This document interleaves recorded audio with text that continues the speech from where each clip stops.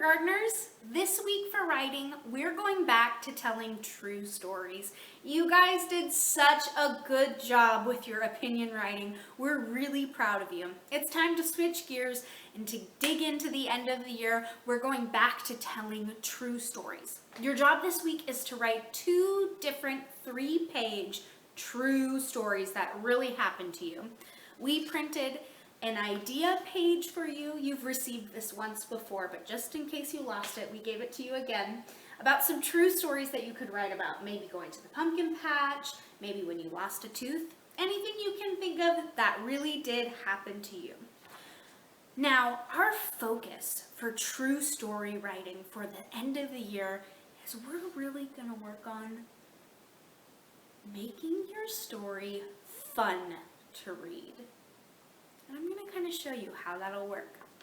This week, your job is to listen to either your teacher read a story, or you might listen to your parents read stories, you might listen to stories online, but your job is you really need to listen to the beginning of the story. We're going to listen for what makes a great beginning to a story. What is a great beginning that really captures your attention as a reader and makes you want to read more? You're going to see a page like this in your packet. As you're listening to those stories, I want you to write down 5 interesting beginnings that you really like, that maybe you can eventually incorporate into your own writing.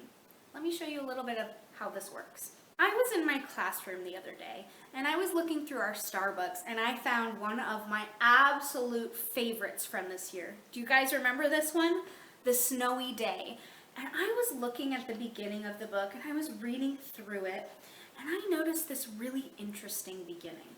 It said, "One winter morning, Peter woke up and looked out the window." Something I really like that the author did here is that he said, one winter morning.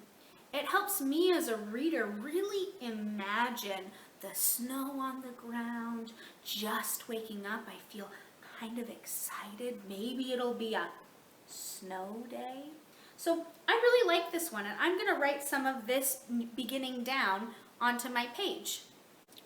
So I've got my book here and my page here, and it's my job to write down this part onto my number 1. I'm not going to write the whole sentence down because I'm not Peter and I probably didn't look out the window. I'm just going to write down the part that maybe I can use when I'm writing.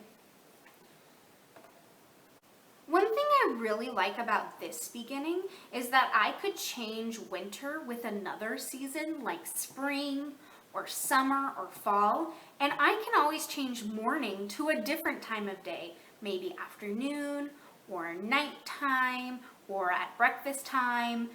I really like this beginning because there's a lot of things that I can change about it to match my story. Another book that I found in my library that has a really great beginning is Henny Penny. This beginning really drew me in as a reader and got me excited to learn more. Let's see what you think of this beginning.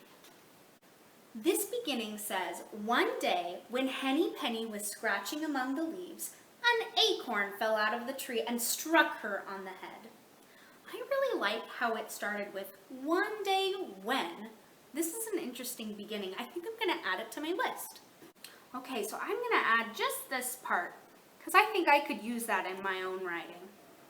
Perfect. So I have 2 examples here. I just need to read 3 more books or listen to 3 more books and find 3 more interesting beginnings I could use. Okay, kindergartners, now it's your turn. Your job this week, while you're also writing your 2 true stories, is when you're listening to a book, just have this next to you, and when you find an interesting beginning, just go ahead and write it down. Remember, kindergartners, great beginnings really make your stories fun to read.